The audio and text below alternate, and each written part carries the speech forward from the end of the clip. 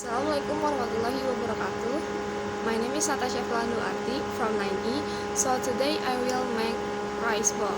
Ingredients are rice, egg beaten, bread flour, and abon.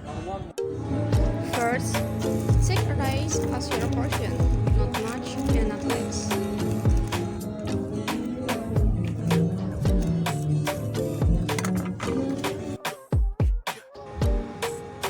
Then, flatten it and fill with shredded.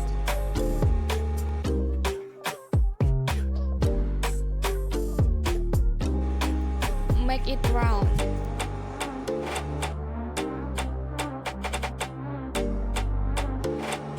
After that, put it in the egg beaten.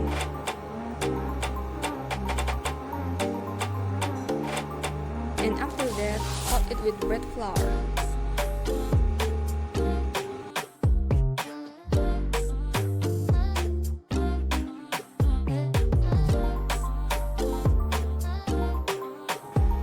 Next, cook until the color turns into brown.